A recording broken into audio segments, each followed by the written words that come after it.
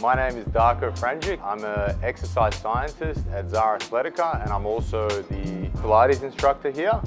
I've been teaching Pilates for about 6.5 years now, and I've been a personal trainer and an exercise scientist for about 12 years now. And I've recently kicked off a business with my best friend Zar in Newstead at Zar. So I graduated from QUT with a human movement studies degree, so an exercise science degree in 2015. Prior to that, I was doing personal training as well, and I got into my Pilates courses through APPI about 6.5 years ago. I've completed Matwork Level 1 and all of my equipment courses and a couple of their specialized courses as well. I've worked at a couple of Pilates studios previously, so at West End and at McGregor, and then this is sort of my own little baby that we've created here, which is sort of a style of Pilates where we're trying to sort of bridge the gap between Pilates training and some strength and conditioning as well.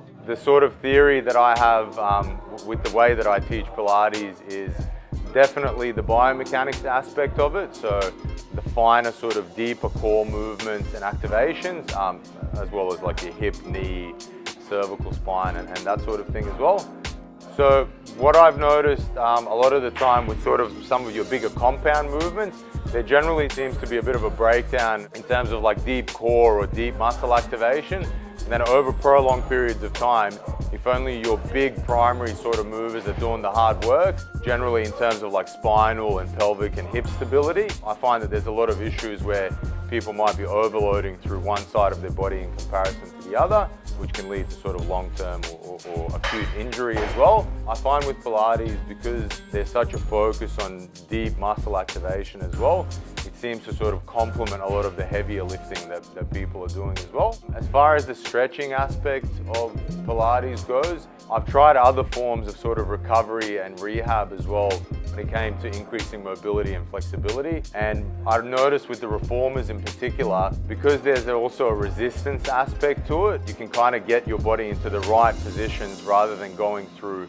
sort of passive movements where your body finds, I guess, a way around tight spots rather than working through them and actually getting your body to line up properly as well. So today Nika and I went through just a few of the basic movements and stretches that we do in Pilates as well. So her and I spoke about correct pelvic floor activation, and one of the things that I strongly believe in is that sort of teaching those basic principles of Pilates, or a few of them, if you sort of really hammer away at that in the beginning and make sure that the person understands the deep core activation, generally most of the time you'll find that the progressions of exercises seem to happen a lot quicker if we really dedicate some proper time to teaching the actual basics as well. So for example, with that deep core activation, learning how to maintain your pelvic floor activation for prolonged periods rather than doing like really strong contractions for short amounts of time. You want to make sure that the pelvic floor is working at a gentle sort of rate so that we can activate it throughout the day as needed. I sort of find that there's certain exercises that we do up on the reformers or even as a form of mat Pilates where you're just activating the right sort of muscles in a really sort of gentle way. When you're going into your heavier training downstairs, the body's ready to sort of go as far as mobility and body position goes as well. So I guess to sort of summarize it, it's helping with performance and then also with sort of injury prevention as well. Personally, what I found is that because a lot of what we do in the gym sort of compresses the body a fair bit as well, this is just a good way to sort of open everything up and make sure that we're remaining injury-free so that we can get a bit more longevity out of our training as well. I suppose with kind of the day-to-day living that we have now, we're sitting down a lot if you're sort of confined to a little bit of office space.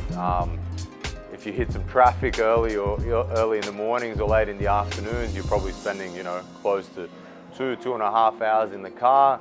So just general sort of seating posture and standing posture, it will help throughout the day to kind of maintain good positioning so that you're avoiding any of that accidental sort of compression that happens just from day-to-day life. So everything in this world kind of works against you as far as gravity goes. So it's good to have good decompression throughout the joints and definitely throughout the spine as well. Currently at Zar, we have Pilates classes running every day alongside our strength and conditioning classes as well. Our gym is located in Newstead, 7/8 Leopold Street. If you just check out our Instagram page, so at Zar Athletica, or my personal one, at darko.aes, you can get in contact with us and book in for some classes or one-on-one sessions if you're dealing with any sort of more clinical sort of conditions. Pilates is definitely a good place to start, and then moving into some of our performance classes as well.